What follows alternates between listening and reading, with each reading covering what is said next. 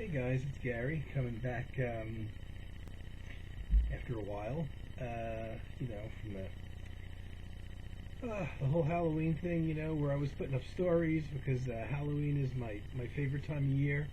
Um, so obviously doing a lot of kind of non-musical things. Um,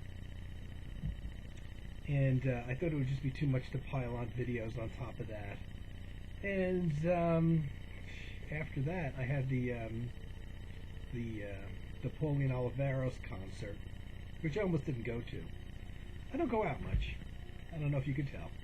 Um, and I saw that listed as being a lecture, but it was free, and literally in my town. Actually, about as far away as you can get and still be in my town. It took about 15 minutes to get to. My town's not that big. Um, and The only thing I didn't like about it, it's on a college campus, and I get lost on college campuses. I had never been there before. It was dark. By the way, this is going to be a ramble, so feel free to skip it.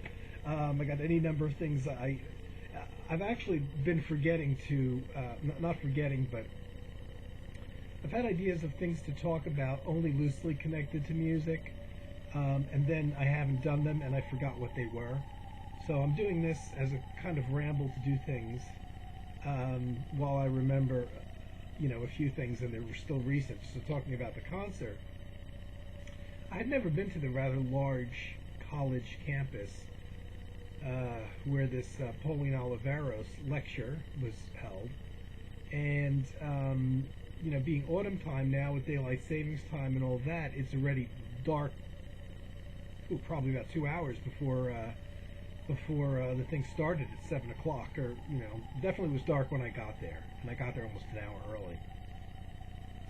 I had hand-printed directions on how to find the building this was in, and it's dudes, it's a maze, unbelievable. I thought even with the walking directions, there was a good chance I might not be able to find it. Let me be honest here too. I'm very uncomfortable at college campuses because I feel like I'm an old dude now. I'm older than many of the teachers there, and I got there quite early to try to to try to figure out where to park so I could find my car after the concert, and just get a feel for the place because I knew I was going to have trouble finding the buildings and everything. There was like 16 steps on how to find where this concert was, and the very first one I was lost.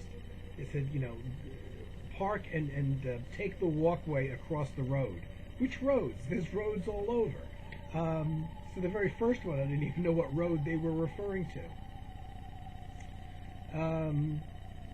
So I'm sitting in my car because I did get there quite early, thinking I still might not end up seeing this. And, students are coming out. It's a very large campus. There's evening classes, obviously. And I'm seeing a lot of young people, and I'm feeling like, I don't belong here. I'm very uncomfortable with these things. And to be honest, I don't even enjoy going to concerts anymore, and I have absolutely zero plans on going to concerts. I really don't plan on going to these things anymore. And especially if they're connected to colleges in any way, because there's so many young people there, and I feel so completely and utterly out of place. Back in the days, and I'm going back to the early '80s, when a good buddy of mine that I used to play with in a duo still lived in this area, we would go to jazz concerts all the time in New York City. I never, ever go into New York City anymore.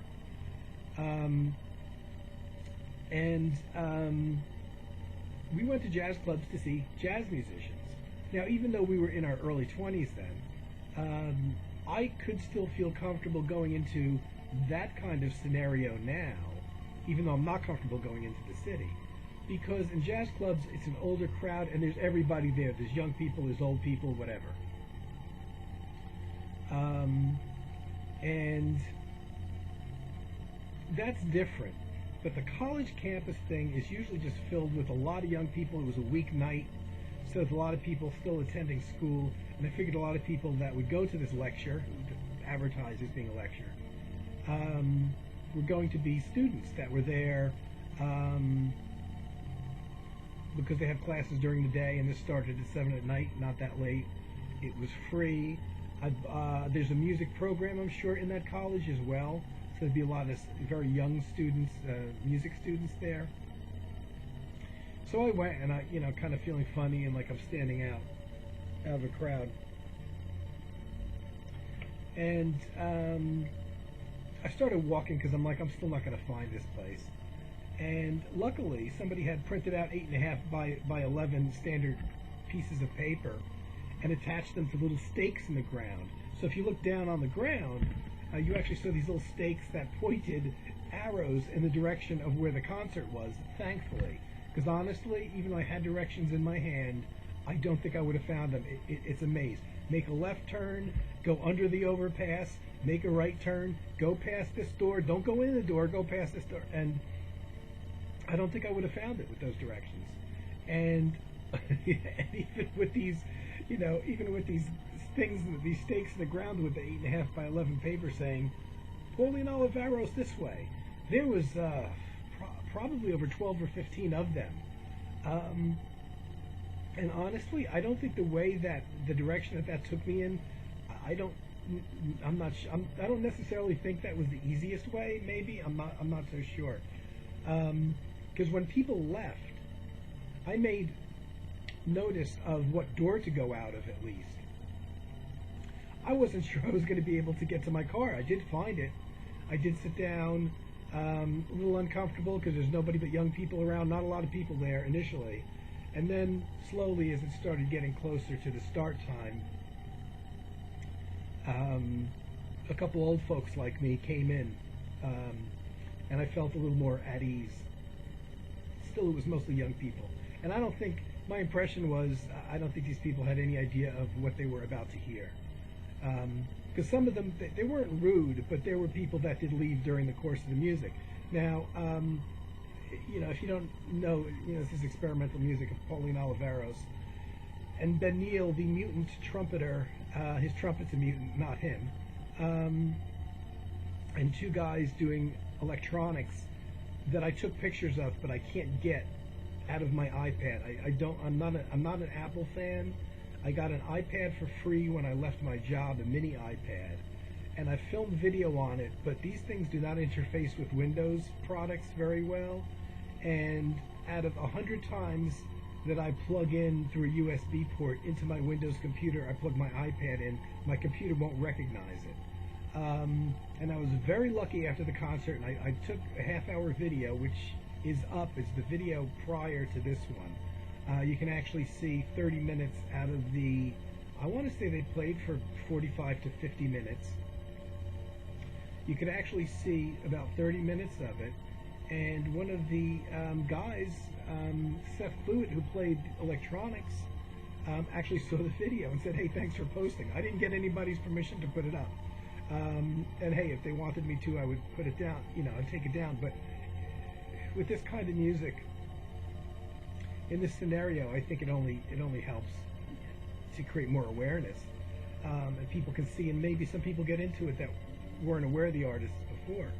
And in my previous video, I even put Seth has his own YouTube channel with a few videos of music that he's done and sound experiments. And I checked them all out. Pretty much short things, 5-10 minutes.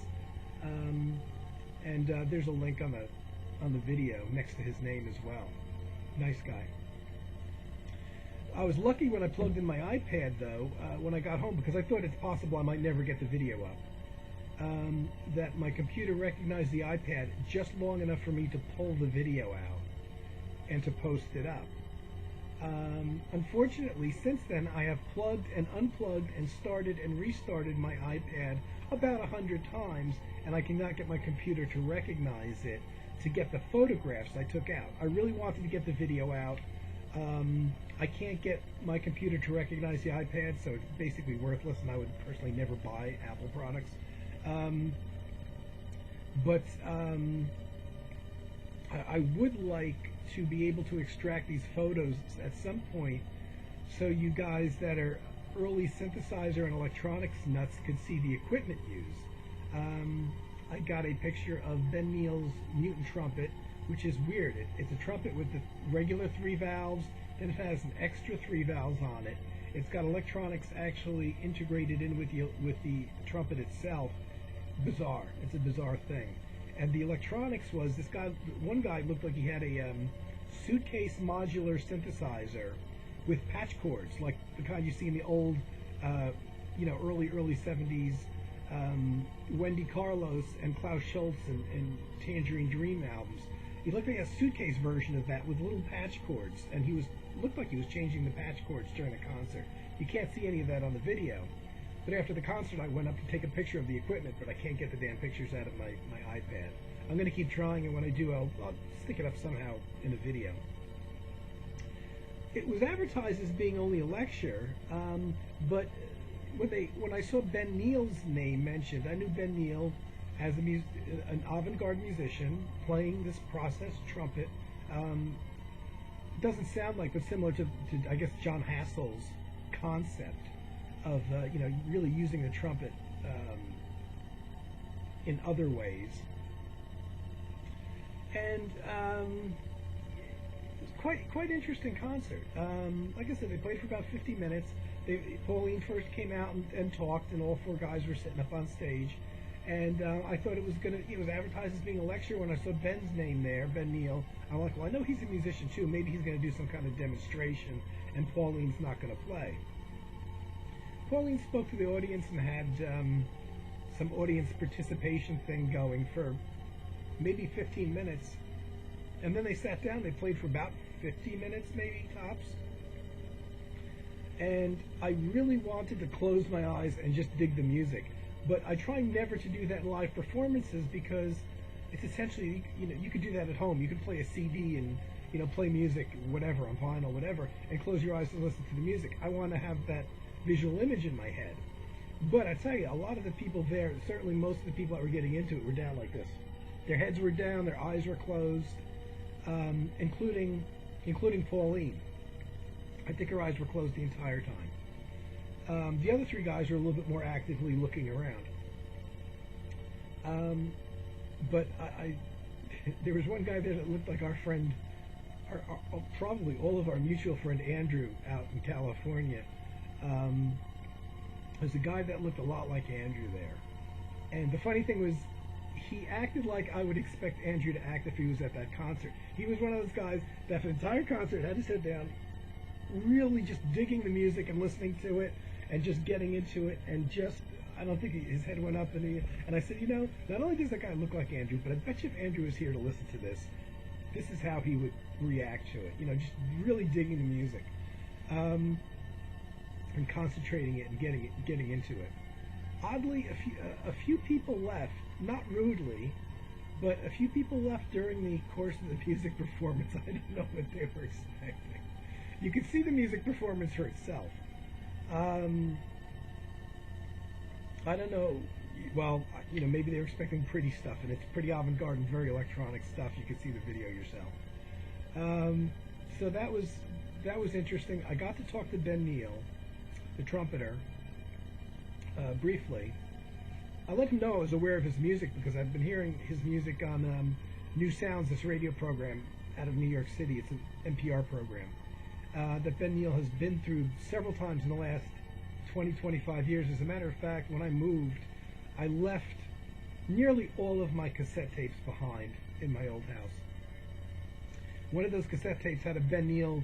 I used to tape the New Sounds radio program on occasion in the early 80s if there was something interesting on the program.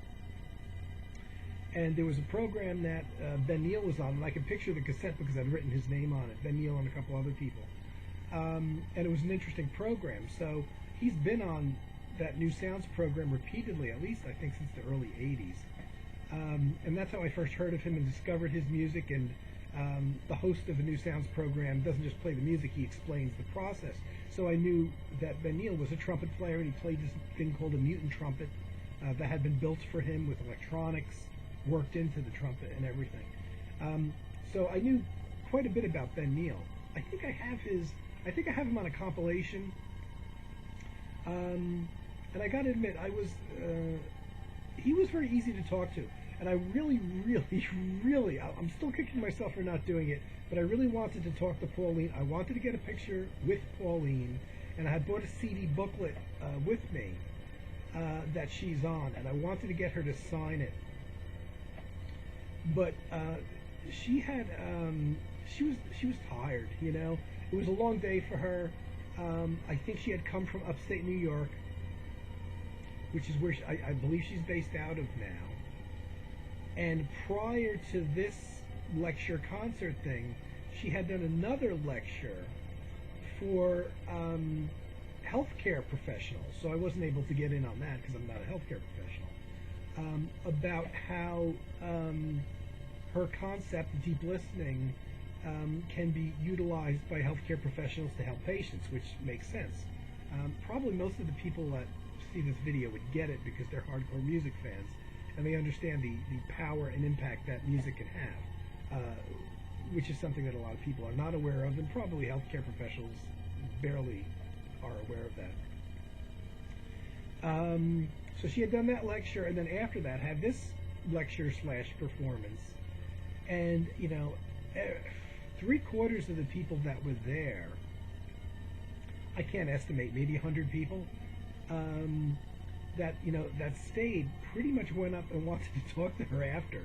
And I caught a couple times that I could have squeezed in between a couple people, and I just couldn't get away at that moment, because it was when I was talking to Ben Neal, and I didn't want to just rudely walk away because nobody was talking to Pauline for 5 seconds. And then when I got there, there was 10 people in line. And I think I would have probably gushed, and it would have been hard for me to talk to her, because she really is an icon in creative avant-garde experimental music in America. She goes way, way, way back, and she worked with one of my idols, Terry Riley, and she's really of Riley's generation. I believe she's in her early 80s now, as is Terry Riley. And they worked together for many years at colleges based out of California.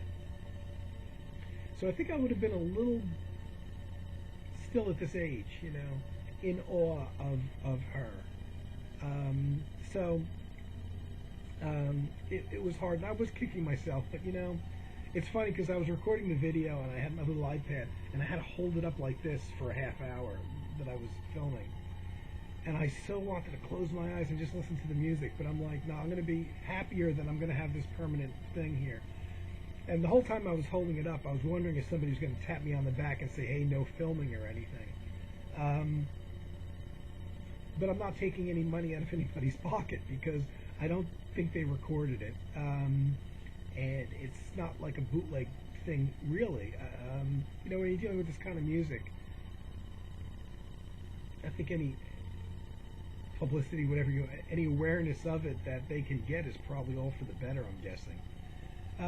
And so one of the 4 people involved did contact me and was happy that I put it up. So, like I said, I would take it down if they wanted me to.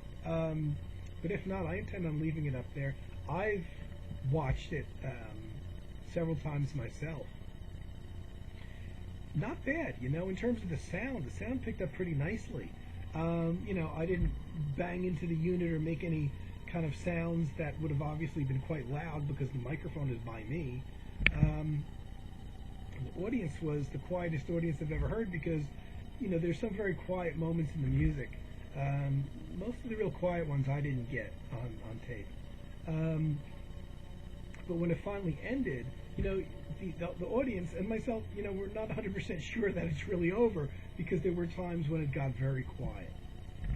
And so it was a good maybe 2 minutes of dead silence when the piece was over before the audience started clapping, before they realized, yeah, it is over. And I've never heard a room of like 100 or so people that quiet. Nobody sneezed, nobody coughed, nobody sniffled even. I mean, nothing. I didn't hear a single foot shuffle. And I sat there amazed. It was bizarre. I've never been, even with 20 people in the audience, that it was that quiet for 2 solid minutes without somebody making some kind of movement or sound or breathing hard or something. Nothing. And it was weird because the after effect of after hearing it amongst the silence, after hearing the silence amongst this, these very avant-garde sounds that were going on, it was almost like a part of the music. It was almost like a natural conclusion to the music, I thought. I said, wow, I'm really hearing silence here, like in a totally different way. Almost like you were home alone with no TV or radio or anything on. It was that quiet. And it was weird because one of the people, they had about 20 minutes left over. They said, okay, anybody got any Q&A? And they had a little Q&A session afterwards. And one of the guys that were really sitting there listening to the music said, it was really interesting, but the silence after the music kind of almost felt like the conclusion of the piece. And it's weird because it's exactly what I felt. And this guy put it in words and said it to them. And it's weird. It was true. It was almost like it was part of the music. Very, very interesting. That I thought that, and to me that was a very probably abstract concept or something. And then this guy came out and said it. So that was interesting. I got a few things going on that I've wanted to talk about that have very little to nothing to do with music. And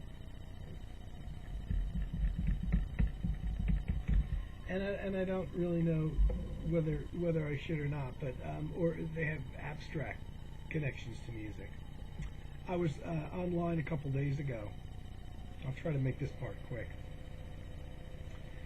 And I don't know how exactly. I came across an album that I listened to, a rock album, like a softer rock album, by an artist that was known in the 70s. And the only reason I don't want to mention names is because I don't want to. I feel like I might have to explain more if I mention who it is. So I'll just skip over that. Say somebody that's kind of known for softer rock, very big in the 70s, not really big since. Somebody's still around, but I don't think the younger generation would have ever heard of him.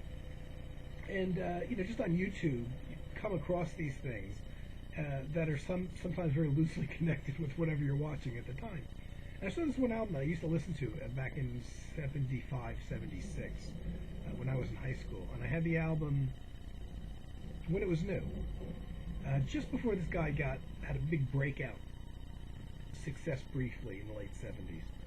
And then kind of went back to obscurity after that. And I hadn't, oddly enough, I looked for the vinyl here, which I knew I had. I think I bought it through the Columbia House Record Club. And I was debating on showing it and talking about it, but I don't have the vinyl. And I have to assume, along with others that I wish I would have taken, that it was in my basement. And if a record ended up in my basement where it's kind of musty, I left it there, and no, I didn't take those with me when I moved. And there's only two albums that I'm really sorry that I didn't. And one of them is by two guys, Lol Cream and Kevin Godley, who were from a band called 10cc.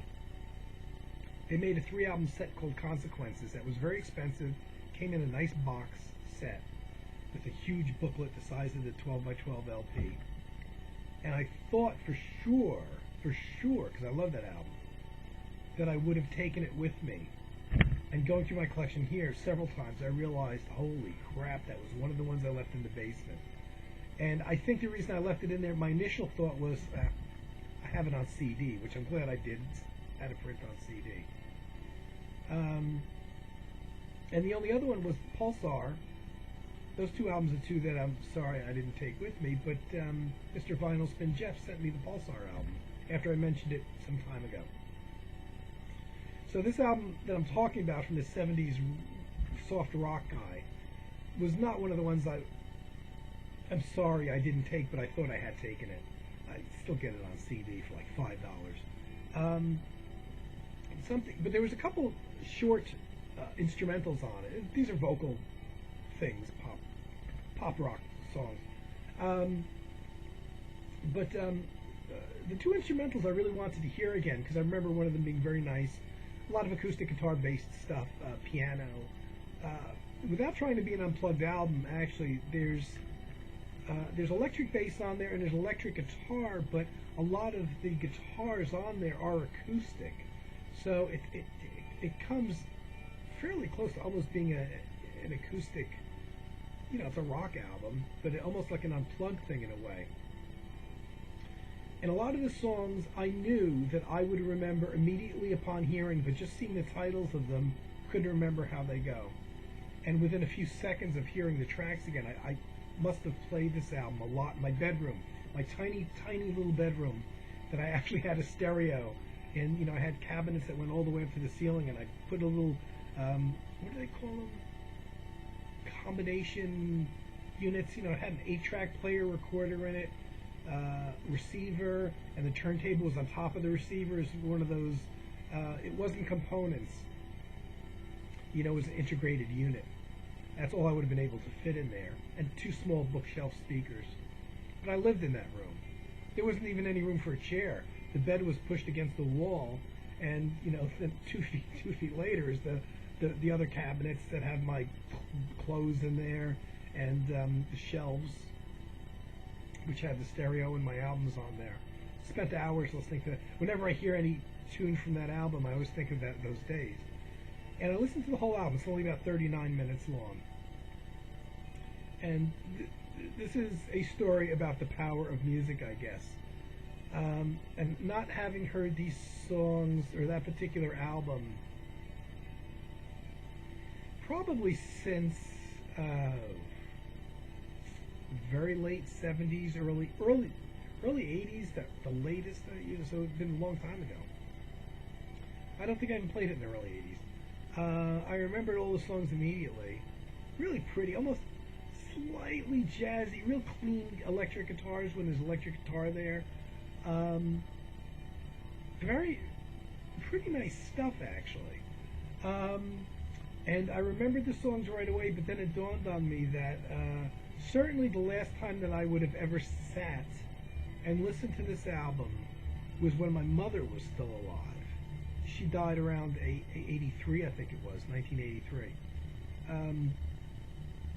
And I was already feeling that there's a lot of ballady songs on the album, so it's already slightly, let's say, emotional, but reflective. Definitely had me in a reflective state of mind.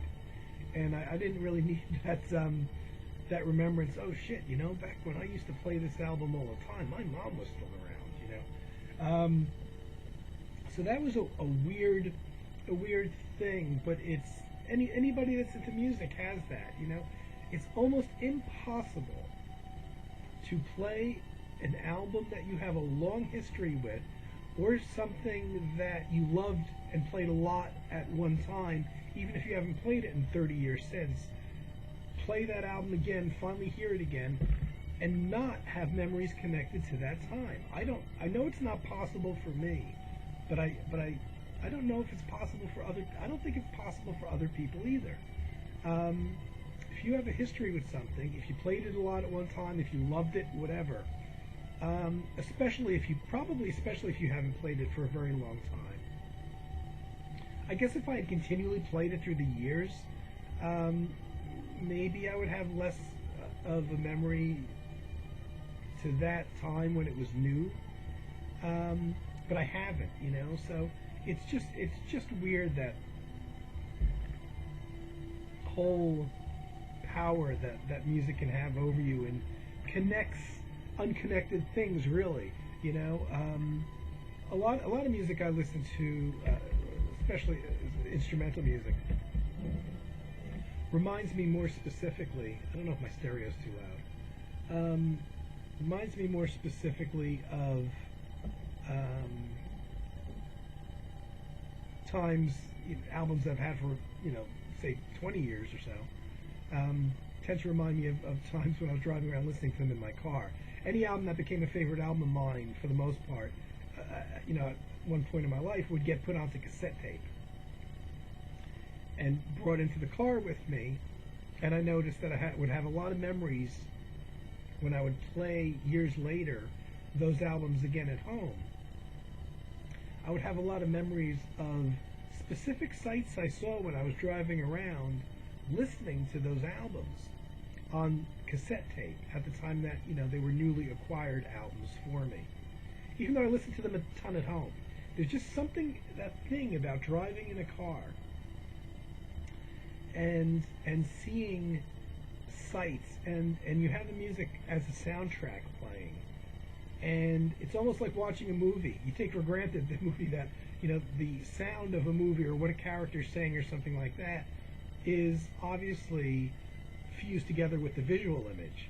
What you might not expect is when you're playing music riding around in a car and seeing something, because the music is not really in any way linked to where you're driving or what you're looking at, that there's so many times from my history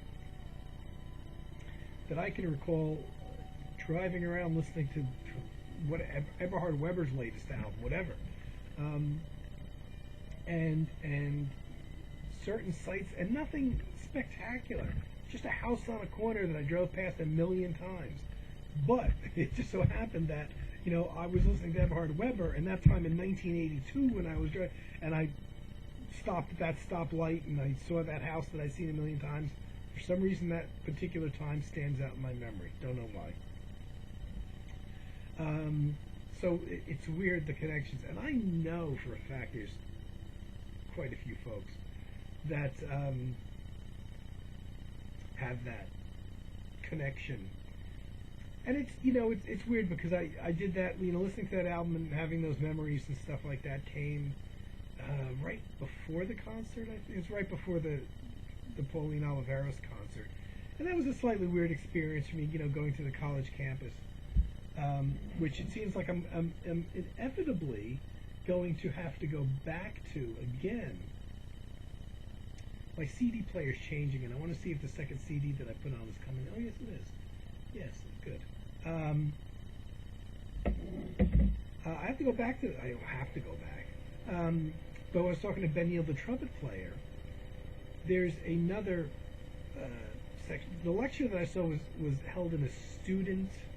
What do they call it? Student center or student conference center or something. Not a performance center. There's another arts center or / performance place. I'm not sure. Somewhere else on that college campus. When I was talking to Ben Neal, he told me that in the spring, which would be the spring of 2016, which is half a year away, that he's doing an installation there. Now, I know all about installations, and I've seen videos of installations and what they're like. And I guess most people know what they are. Usually musicians are hired to provide a soundtrack that plays continually for, usually it's painters or sculptors having exhibitions. And an installation in a lot of cases would be the music part of it is created specifically for that installation. So there's a lot of, Brian Eno's done a ton of them.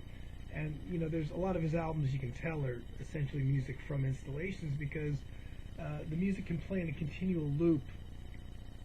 And it's not like, here's where the song begins and here's where it ends, and oops, you missed it, This music thing is constantly going on. So you experience the music fairly much the same as if it doesn't matter where in the composition you come in. And actually, one of my last videos I did was talking about Harold Budd's Abandoned Cities album, which is 2 long 20-plus minute tracks, where pretty much the same musical material is heard throughout the entire piece. And those were installation pieces, apparently. And so you can basically stand in a room for 2 minutes and get the gist of what this entire installation, what the music in general is like. So Ben Neal told me he's doing this installation. I don't know what the visual aspect of this installation is. No idea. But he's doing it in spring, and I think I might have to go see that as well. I'm not as in love with the idea because it's obviously not a music performance, and I'm hoping he'll be there. I'm hoping Ben Neal would be there. But it's an interesting concept. I think with the installation, more than likely, there's going to be older folks there. I don't know, in addition to students, because I'm not 100% sure how much somebody in their 20s is necessarily into installations. I didn't even know what they were until I was probably in my 30s. But so that's that subject. I've been going 35 minutes already. I'm just going to keep going because I'm going to have I forgot several things I was actually going to do a video on, and I'm probably not going to do a video every day, and whether or not they'll come back to me, I don't know. But as long as this is gone, this is part 2 now. I guess this will be shorter. I'm going to do a video on something I do remember that I kind of promised was I pulled out a bunch of CDs that I have I have to go to sleep listening to music every night, and a couple folks said that they were interested in what I played. So I'm happy to share that. But let me say, a lot of what I'm selecting, I dearly love all the music that I've selected to show you that I listen to when I go to sleep. But I don't select it because I like the music as much as it has to fit a criteria. I can't listen, it has to be fairly drone-oriented. A lot of people can fall asleep to any instrumental music that's mellow. I can't listen to any solo piano music because piano is too percussive an instrument, and I find myself honing in and listening to it. So through the years, I've tried to find some very low-key, quiet piano discs to fall asleep to, Satie, because most classical music for piano is just way too busy. So I tried to find things that were slower and calmer, but there's a percussive element to the piano where you hear each key specifically being hit that makes it too difficult for me to fall asleep to. So I've tried Satie, I've tried Debussy because I like their music so much. Even Harold Budd, who's done some very low-key piano albums, I can't fall asleep to, in general, the solo piano stuff. It has to be fairly drone-oriented. So I'm not going to obviously put on CDs I don't like, and I'm not going to buy the CD just because I think it's good to fall asleep to, because I've got a lot that I like that I still can fall asleep to. But I have a bunch here, and I have a lot. I have a lot of playlists that involve many, many, many albums that I fall asleep to. And I thought I would do I grabbed a whole big bunch here, and I'm gonna I'm gonna do another video, but the only problem is that I don't know how to avoid repeating selections, because there's no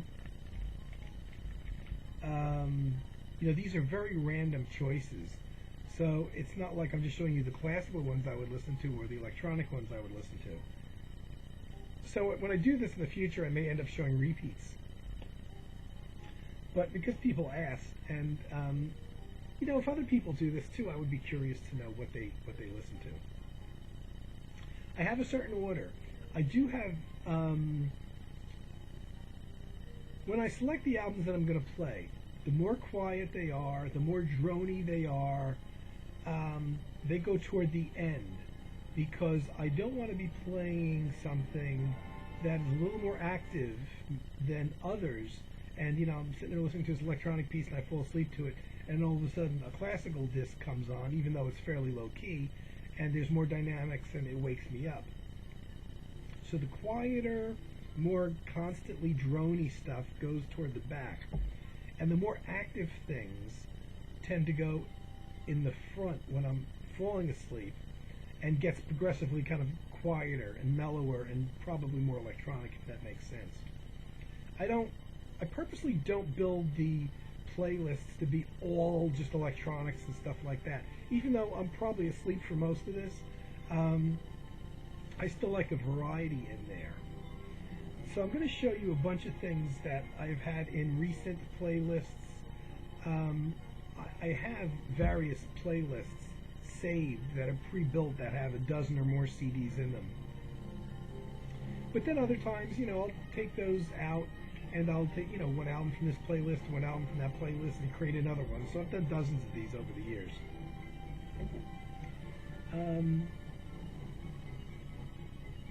One that I've been listening to nightly, which is a starting point for me. I showed this very recently. This is actually where I start. And I actually start with the track. I rearrange the tracks too, so that the busier, louder ones with more dynamics are come first. And the way that I program this one is, if you saw my Halloween music video, which is music that I associate with Halloween, there's a track on Manuel Gottsching's album Dream and Desire, which is actually recorded in '77, not released until much later. That there's this 23-minute track that to me has a sound effect through it, this shrill kind of sound effect throughout the entire piece that to me sounds like a ghost going woo, woo throughout the whole piece. That I normally put on first. If I put it later in the playlist, that ghost sound would probably wake me up, not because it's scary, but because of the pitch of it. And it's quite, it's probably, when you have the volume turned down, that's the loudest thing you hear on probably any of these discs. So I've been starting with this album, and for months.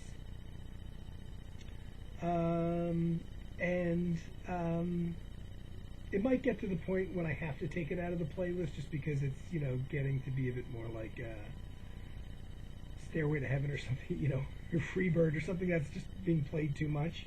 But for months now, I've been starting out with that, and then another album from '77, Asher, the only other quieter album of his, really.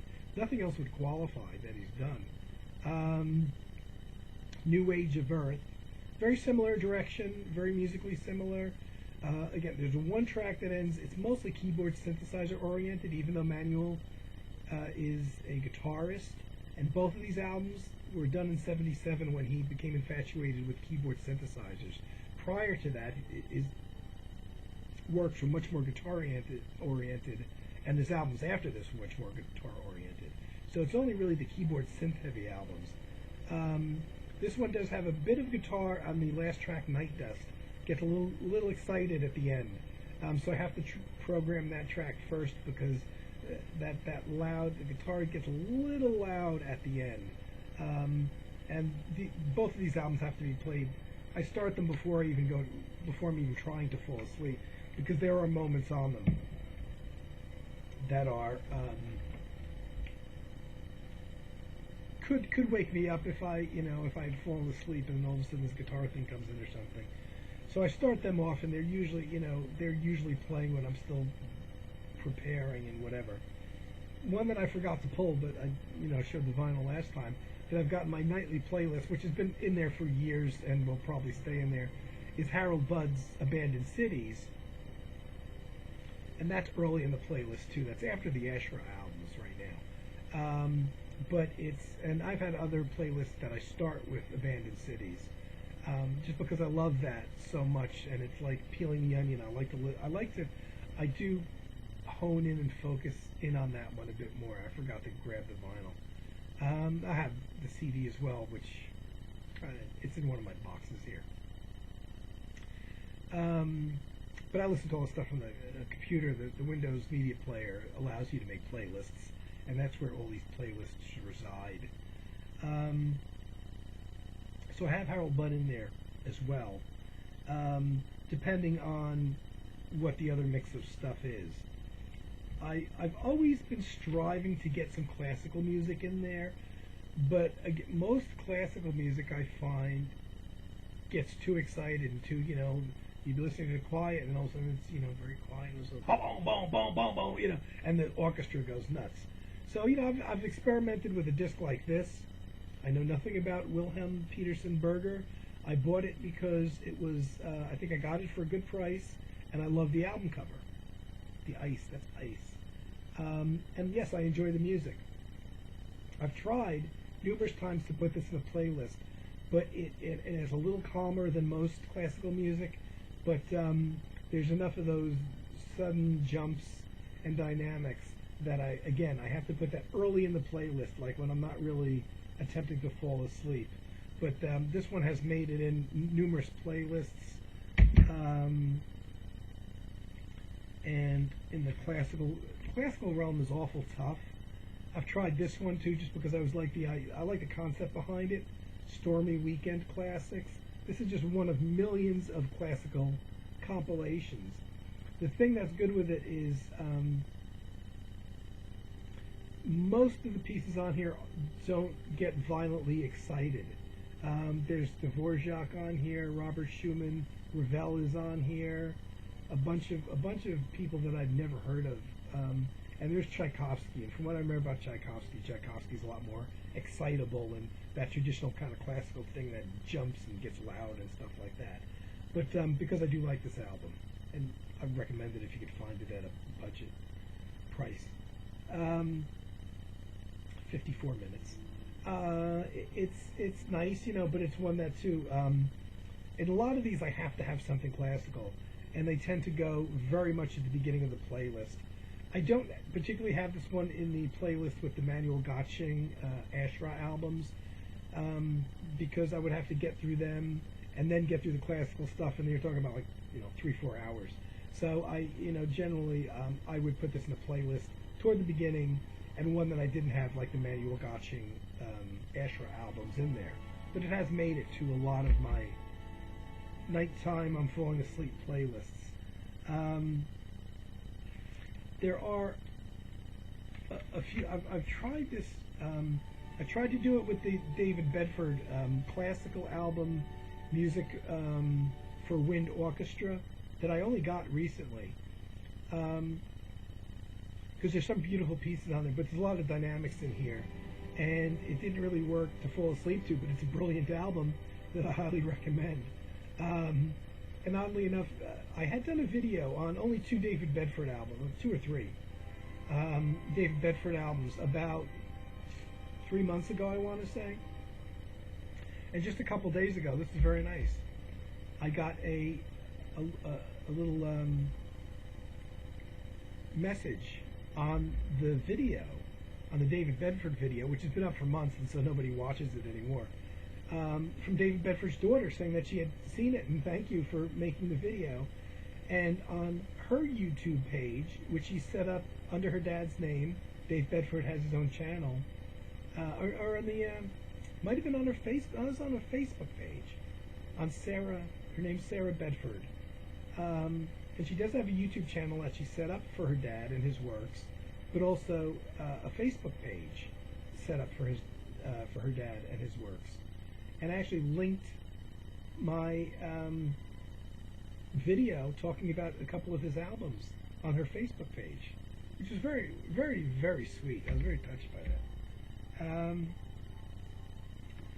And I have found a couple, and another disc that I couldn't find, I was actively looking for this, is a Japanese composer that wrote, considered a modern classical composer. I believe he died in the late 1980s, I want to say.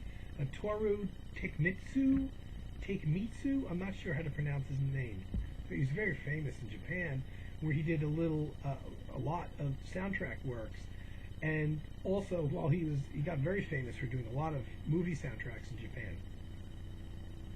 While he was doing them, he was also doing regular orchestral recordings as well, for albums.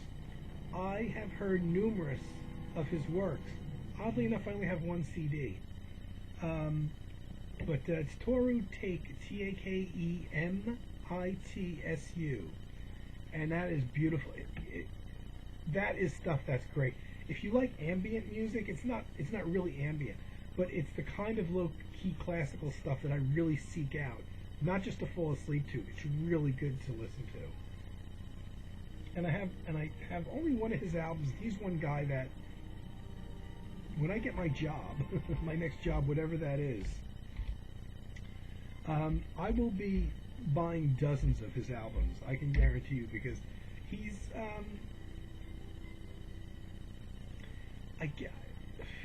he's a guy like I guess like a Terry Riley in a way, in terms of the kind of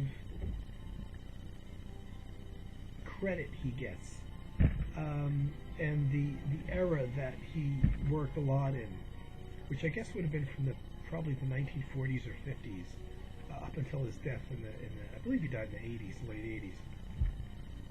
I have an album by him just called Chamber Music, and it's got a piece on there called Towards the Sea.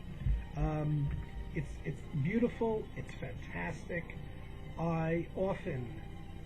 That's a great classical thing to have in my nighttime I'm going to sleep playlist. Tone poems, I guess you can call them in some ways. Orchestral, doesn't get too excited, very low key, very pretty. Not something you have to listen to 50 times to get either, and yet you don't get tired of hearing it, which is very difficult to do. So you know, I'm going to be buying a lot of Toru Takemitsu's music in the future, and could potentially even just have him create his own playlist. Another person, a bit similar but maybe not quite as mellow, is Somei Satoa. I only have this one. I don't know as much about the person, but it's a similar thing. This is, you know, classical, you know, orchestral kind of music, you know, using all acoustic instrumentation. Very, very pretty. What can I say? Trying to find if there's any kind of... Actually, this album was recorded in '92. Now, for, you know, modern music, that's very current. Strikes me as being somebody very much, you know, I'll be putting the, you know, the Somei Satoa CDs right next to the Takemitsu CDs. You know, modern Japanese or, you know, composers. I believe he's still alive. I believe he's even younger than Takemitsu is. I'm just going to assume that this, and I don't even remember how I specifically chose this one CD over any others. I mean, it must have been, it had to have been from reviews I read. I don't even know how he came in my radar, to be honest with you. And this goes back, you know, not a lot of years, 10 years or so maybe, less, you know. Definitely something I'd buy more of. And low key, not avant-garde.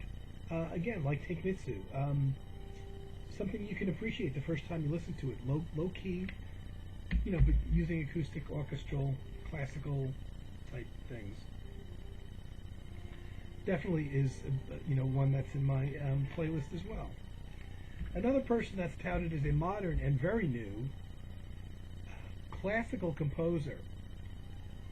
And even though this guy uses, you know, orchestras and acoustic instruments, when you listen to his music, it sounds electronic. And that is John Luther Adams, not to be confused with John Adams, who's also a classical composer. I'm going to try to get this to focus a little better. Winner of the 2014 Pulitzer Prize. This is a really good. Become Ocean is a 40, I think it's like a 42-minute piece. It's not long. One piece.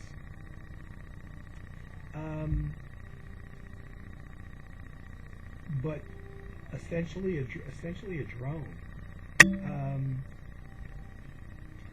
It sounds like a single chord extendedly held out for 42 minutes by an orchestra. And I think it's I'm not sure if there's a DVD in here, but I'm not sure what the purpose of it is, because it's the same piece. And I thought it was a DVD of the music performance by the orchestra, but it's not. There's just a static picture. And I don't think it's a 5.1. No, it's not. I don't think it's even like a 5.1 channel remix of the piece. But it's just a DVD audio of the same album. I'm not sure why. I'll definitely buy more John Adams. Somebody that I heard on the New Sounds radio program, by the way, as well, has been interviewed on it a number of times. And somebody who's in his youth at one point actually lived here in New Jersey. And actually is somebody who's a year or two older than me. Not much. He's in my age range. If you can appreciate a 42-minute orchestral drone, this is an incredible album. very deep in sound. And I understand a lot of his albums are very similar. I've heard excerpts of his albums and liked them, but I can't really comment on them because I don't retain all that in my memory. But that's a drone thing. That would come after the more active classical stuff, and then some fairly obvious things, I guess. That would I don't know if anybody or how many people saw my older video of the 2011 Equinoxygen Festival, the electronic festival.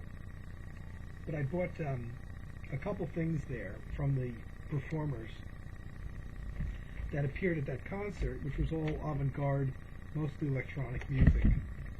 And there was this husband and wife team of a band called MEM1, and which is a wife playing a cello, a processed cello. Her husband, from what I can recall, basically processes the electronics.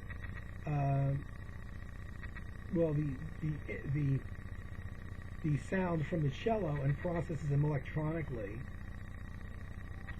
And I don't recall him playing an instrument at all. And there was a third guy there, which is on this disc, Stephen Vitello, also, who appeared to be doing the same thing as her husband, another guy that was processing the sound electronically. This is a weird thing. It's just this little envelope, like this thin pack envelope. Limited edition of 200, so I could put this, and I bought 2 copies, one to give to a friend. So there's only another 198 of these around. So I could stick this, because I don't have a lot of things that I can contribute for the recent thread going around about CDs that probably no one else in the VC has. I'm gonna put this in that. This is gonna be one of them. MEM and Stephen Vitello, Age of Insects. Record company's based out of Los Angeles, but this does say right in the back, limited edition of 200. And there's only one listing for them in Amazon, and it's not the CD. And the only listing in Amazon was somebody was selling one used copy of another CD of theirs, and that was it. So I was surprised that their stuff wasn't more readily available, because I knew they had several albums out there to purchase back in 2011 when I went to this concert. Actually, in October or November of 2011. So this is pretty avant-garde stuff, though. It's droney, but it gets a little industrial, so it gets a little raw in a way, a little industrial sounding, tough, metallic at times, not rhythmic. But there's a couple pieces that I would have to program at the beginning of the program, in order for them to play out to get to the mellower stuff. But I do have this in a playlist that I'm currently playing, along with somebody who else played at the festival. The only other person that I bought CDs by from the festival, Richard Lanehart. This one is available, I'm pretty sure, on Amazon, and this is a 2-disc set that I highly recommend. And it's only in the last, a keyboard player, a synthesizer player, an older guy who, was, actually I believe he worked with John Cage, so he was not a young man. But it's been hard. I haven't been able, since that concert, to listen to, what happened was, I saw Richard Lanehart at this concert, and I fell in love with his music immediately. I bought one CD there, then this one, which is apparently very hard to come by. I'm glad I picked this one up, even though this was actually not a new thing. This is a 29-minute recording from 1974 that he had for sale at the concert, recorded entirely on a Moog synthesizer, 1974. It's just a 29-minute piece, but I haven't seen this one online, though, so I'm glad that I picked this one up, because I'm fairly sure that this one was available at the concert, which was a much, much longer 2-disc set, which I bought afterwards from, I believe it was Amazon, but I know I found it somewhere. Maybe CD Baby, too, I think has it. But until really very recently, I wasn't able to listen to his music because what I found out is I discovered him at the concert. Seems like a very nice guy. He was helping other bands with their sound, the engineering aspect of their sound. But he died of, he went into the hospital, had an operation. The operation was successful, but then he passed away. And this happened about 3 months after the concert, and that was it. So that may have even been his last live performance. There was no indications at the time that he was sick. He was taken ill suddenly, from what I read later on. When he went into the hospital for this operation, they said, "Oh, we got to do this. We got to operate, whatever."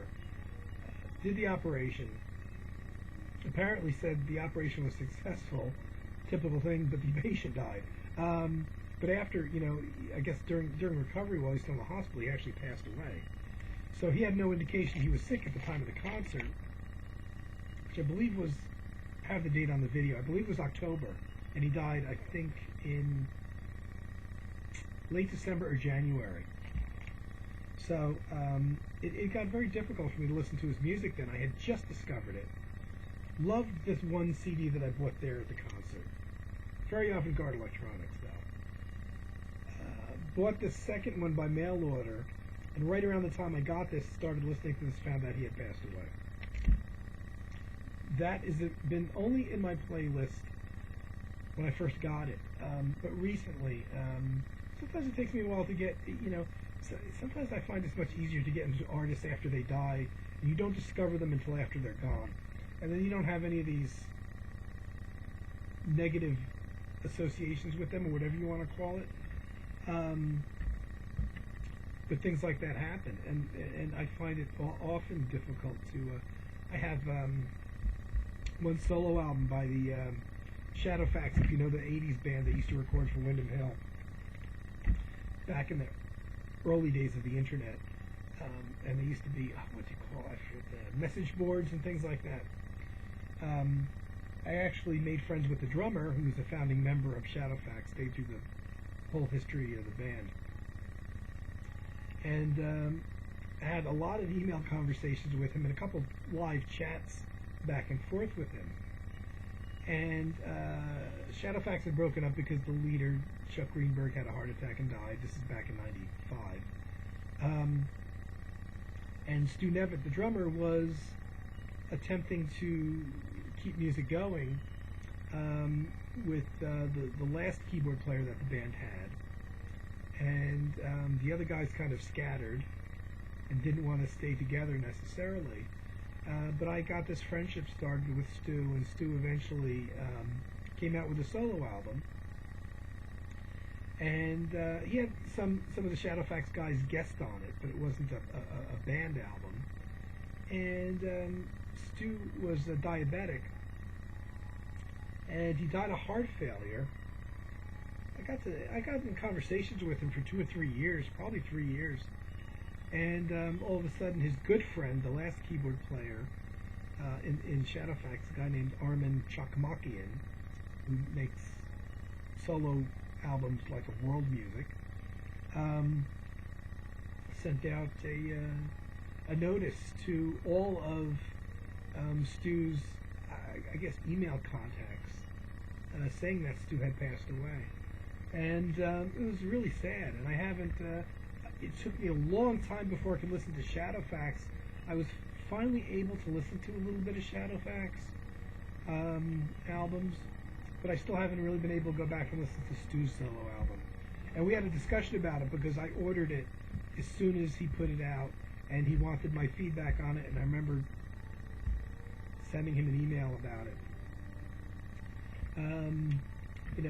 But so I have some very specific memories attached to that. And he died, I still have the email that Armin sent out when he died. So I don't know the date, but it's been, I want to say 6 or 7 years, maybe even a little bit more. But still, can't go back to a solo album, oddly enough. Back to the last few discs I'm going to show. Had a lot of discussion about Green lately, because did I show this in a video, or did I just mention it in a comment? I'm not sure. But Hiroshi Yashimura, this is the only. I think this is the only album that was released in the U.S. by him. I only found out recently that he did have a bunch of other releases.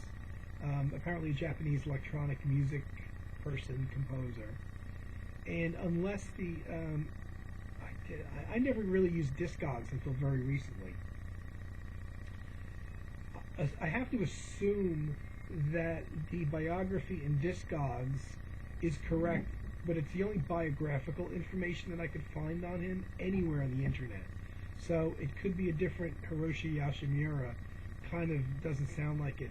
But apparently he died in 2003 because the person that is listed in Discogs, was an electronic music composer, blah, blah, blah. So I'm pretty sure it's this guy they were talking about. So I was a bit bummed to hear that. I just found that out last week. I believe this is the only album of his that ever came out in the U.S. I wasn't even sure that he had any other albums, but I see others listed on Discogs, which I would love to get, but are impossible to get. And I know I've had discussions recently with people about this album, and I don't know if it was because I showed it or not now. But this is one of the most unusual new age electronic albums, whatever you want to call it, because there's so much silence in the pieces. I think I did talk about this. Instead of overdubbing 50 synthesizers and making it sound like an orchestra, most of the tracks will be just one, essentially, I guess like a live synthesizer or sequencer piece. Very minimal though, and then it'll be like quiet or bird sounds or something like that.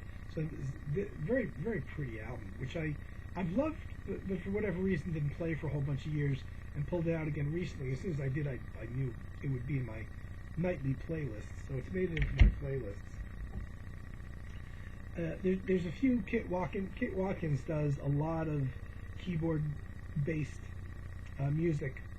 Does he play flute also? I don't say he plays flute. There's a secondary instrument that he plays. Yeah, I'm pretty sure it's flute.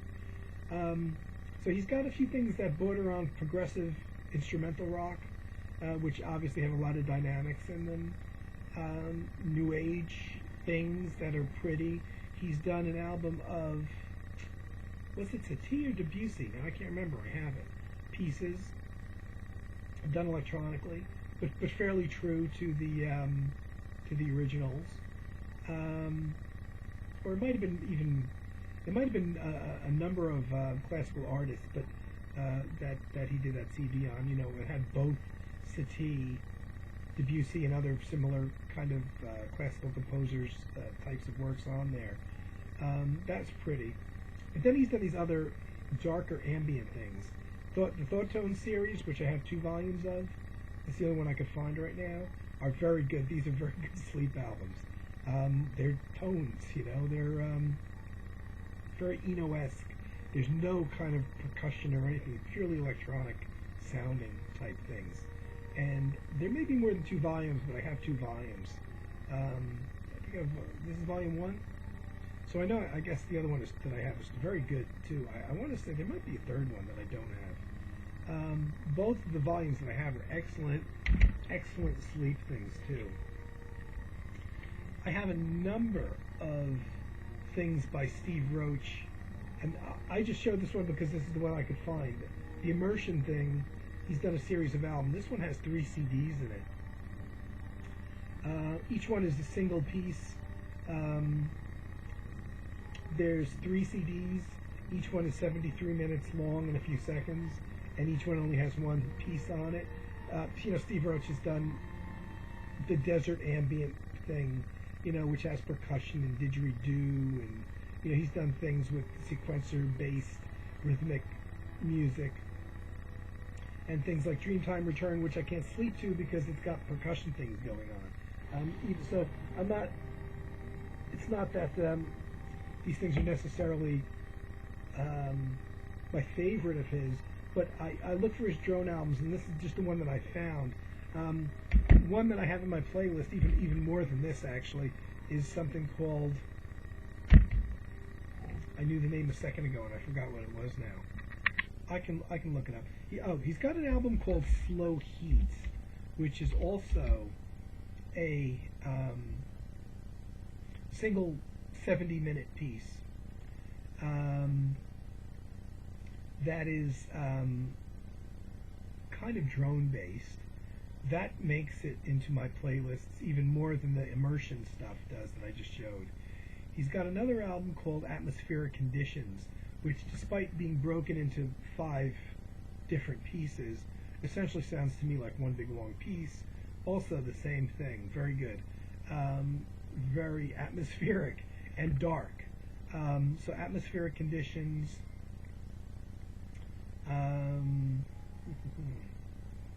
Slow Heat.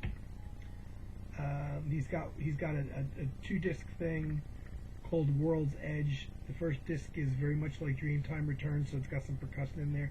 The second disc is almost it's a 58-minute piece called To the Threshold of Silence.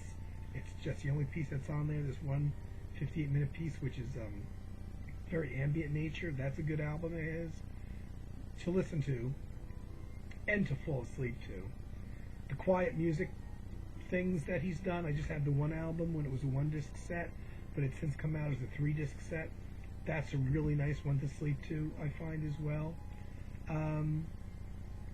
He's been sending out emails, if you get on his list, and he's been doing freebies lately where you could download, I just missed the last one actually, you could download music of his for free that he's sending out. And he's done this thing called Blood Moon Rising, which he offered as a freebie before it even came out on disc. 3 different volumes. Each one is like over 70 minutes that he sent out on 3 different occasions. I believe the disc that you buy is either 4 or 5 CDs, but he sent out 3 of the CDs as a freebie, and they're all kind of ambient pieces that take up the entire 70 plus minutes. Those I fall asleep to a lot. I've had those, he sent those out as a freebie in the recent months, and last 6 months or so. And I've been falling asleep a lot to those. Those go deep down in the playlist because they're nice, quiet stuff that's not going to wake you up. And the only other things I have is by a guy that probably a lot of you people know that somehow totally missed my radar. A guy, Tom Brennan, who I just discovered like a year or so ago. And he's done a lot of albums. He's done a lot of these kind of ambient albums. I knew nothing of him, totally out of my radar. Just discovered him and bought 2 of his CDs in the last year. And they've been making it into my playlist as well. Same thing, quiet electronic stuff. So this is much longer than I anticipated it being. And I don't know if you've been able to hear the music in the background or not. But I started off with the piece that I started the playlist with. The Asherah Temple thing. I started with that Ghost piece that I also played in the background before. And the only other album that I've been playing in the background since is this David Bedford orchestral album of the wind works that he wrote for wind orchestras over the years, which is still playing. So that's a very long-winded. This probably should have been 3 videos, but I've been really, besides doing the concert, I've only spent a little bit of time early this week writing music. I didn't write anything. I wrote, last 2 days I haven't done anything, and on Sundays I don't either in general, because that's when I pack all my laundry and I go to my sister's house and I do my laundry over there, and I spend a good chunk of the day over there. Though now I finally have managed to been able to bring my laptop for the first time ever in the last couple of weeks over with me and actually get on her internet, which I've never been able to do before. So I can actually, do limited email, check the YouTube page and stuff like that, but prevents me from writing. I did do a little music stuff early this week, but so I'd say that not nearly what I should have done. I'm aiming to finish this short-term project by January so I can put it out, but I can't say how far I'm along. 60-70% done, but anything can come along and screw that up. Probably will. So I wasn't able to. I just haven't been in the frame. I'm in a funny frame of mind. And this whole concert was a big deal. This Pauline Oliveris thing is a big deal for me to go to, believe it or not. And I came so close to not going. And the weather's been weird because I love Halloween, I love autumn, and all of a sudden, right after Halloween, the temperatures shot up to the last 2 days. It's been over 70 degrees here. It should be 50. And it's been weird. I went food shopping yesterday. When I got out carrying the heavy bags and stuff like that, I was sweating because it was like 72 out. So it doesn't feel like autumn, and yet all the leaves are coming down with the trees. So it's a really kind of screwy time, and the temperature is about 20 degrees more than it should be, and that's not helping. And I broke down this. Well, not that this is important at all, but I used to be a total coffee junkie, and I used to drink about 12 cups of coffee a day, to the point that I didn't realize coffee was the thing doing it. But even if I wasn't stressed out, I noticed my hands would tremble. I couldn't figure out why. And I thought it took me a long time to realize it was probably just an overdose of coffee. Because I was drinking 12 cups, but not one of those little cups. I'd bring a big ass mug to work and fill that mug. So it's probably about 2 of those little styrofoam cups in there. And so in recent years, and I also heard like heart palpitations and everything else, probably from the coffee. So I cut down considerably, and I got it down to 2 cups a day, but pretty big cups. And I stuck with that for years, all at the office though. And I obviously didn't voluntarily, but we got downsized. So I lost my job 7-8 months ago now, and I've had maybe 2 or 3 cups of coffee since then, and I really want coffee.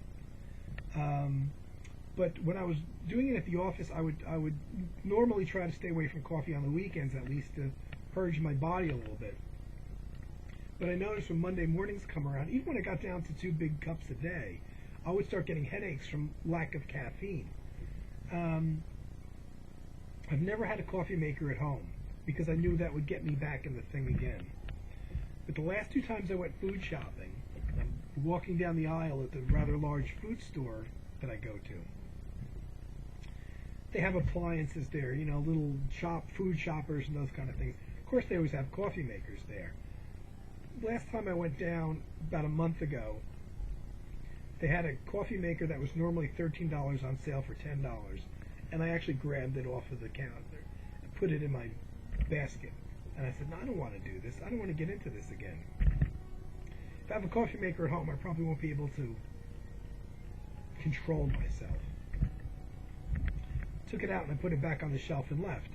This time when I went food shopping, about a month later, I go down the aisle again, and there's the same coffee maker, normally $13, which isn't much, on sale for $10, but I have my customer loyalty card thing, and I could get it for another $2 off, which means the entire coffee maker would cost me $8, which is probably what it would cost you to buy a coffee at Starbucks. And I just couldn't resist. I've been fighting this for years, buying a coffee maker for home. I bought the coffee maker. I haven't, just yesterday.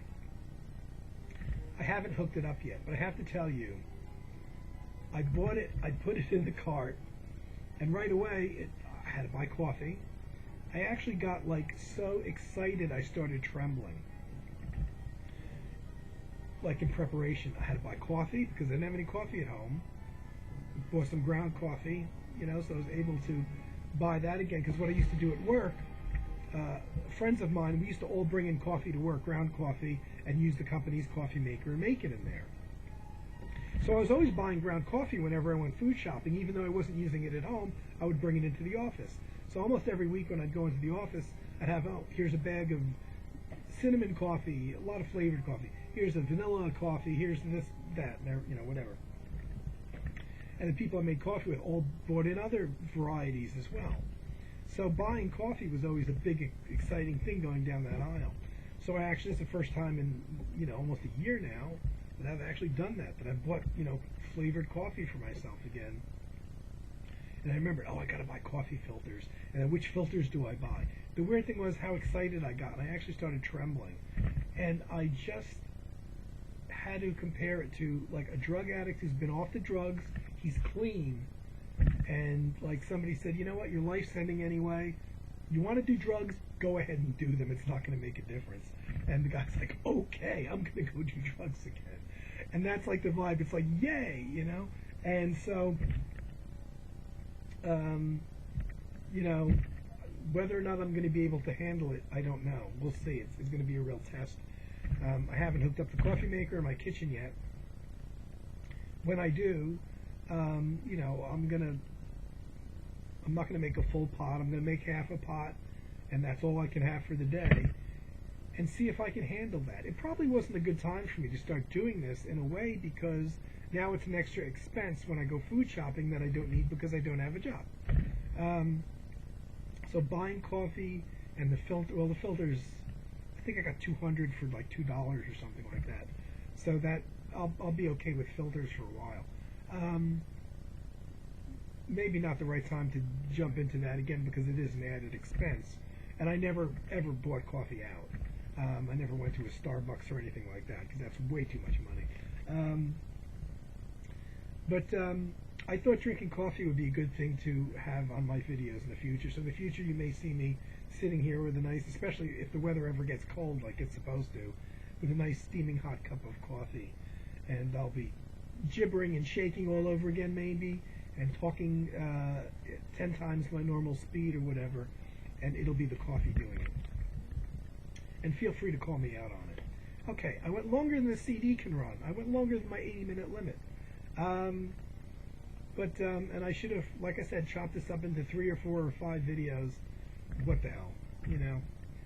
Okay, guys, thanks for watching, and I hope whenever you see this, your weekend or week or whatever is going well. Hope you got a chance to see my 30-minute excerpt of the Pauline Oliveros concert. And looking forward to seeing all your video, guys. And I'll be back soon. Bye.